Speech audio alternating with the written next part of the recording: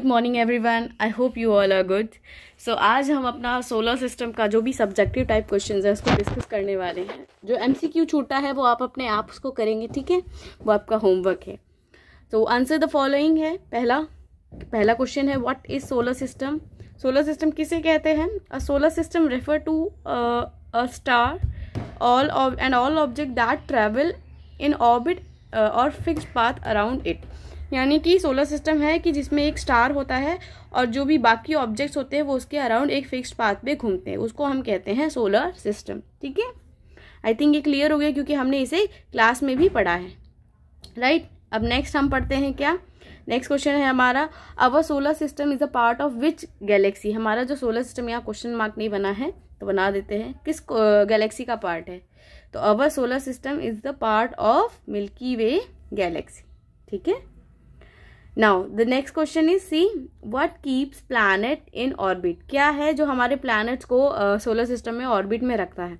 Gravitational force of सन, यानी कि सन के पास जो फोर्स होता है ग्रेविटेशनल फोर्स, वही जो प्लैनेट्स होते हैं उनको ऑर्बिट में रखता है। ठीक है, okay. So the next question, how are planets and dwarf planets are different. जैसे कि मैंने बताया था कि जो ड्वार्फ प्लैनेट्स होते हैं वो अपना ऑर्बिट जो होता है उनका, जिसपे कि वो घूमते हैं, वो कभी कभी भटक जाते हैं, वो अपना ऑर्बिट छोड़ देते हैं, ठीक है, और वो उस दूसरी तरीके से दूसरे ऑर्बिट में, दूसरे प्लैनेट के ऑर्बिट में घुस जाते हैं, वहां ऐसे रिवॉल्व करने लग जाते हैं। ठीक है, सन के अराउंड ही घूमेंगे लेकिन वो दूसरी अपनी ऑर्बिट जो होती है उसे छोड़ देंगे।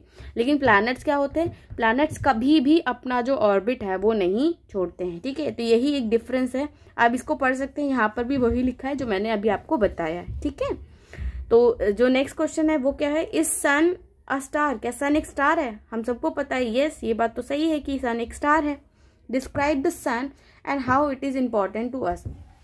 तो मैंने सिर्फ सिंपल लिखा है कि सन जो होता है वो हमें क्या देता है? It give us heat and light देता है। उसके बिना उसकी हमारे अर्थ पर लाइफ पॉसिबल नहीं है। ठीक है, नाउ द नेक्स्ट क्वेश्चन क्या है हमारा, what is asteroid belt. Asteroid belt क्या है?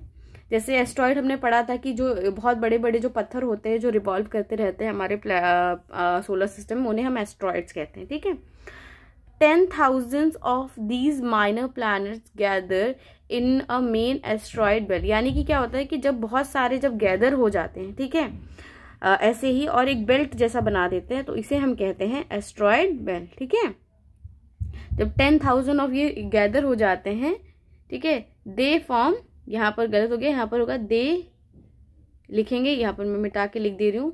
ठीक है, क्या लिखेंगे यहाँ पर हम?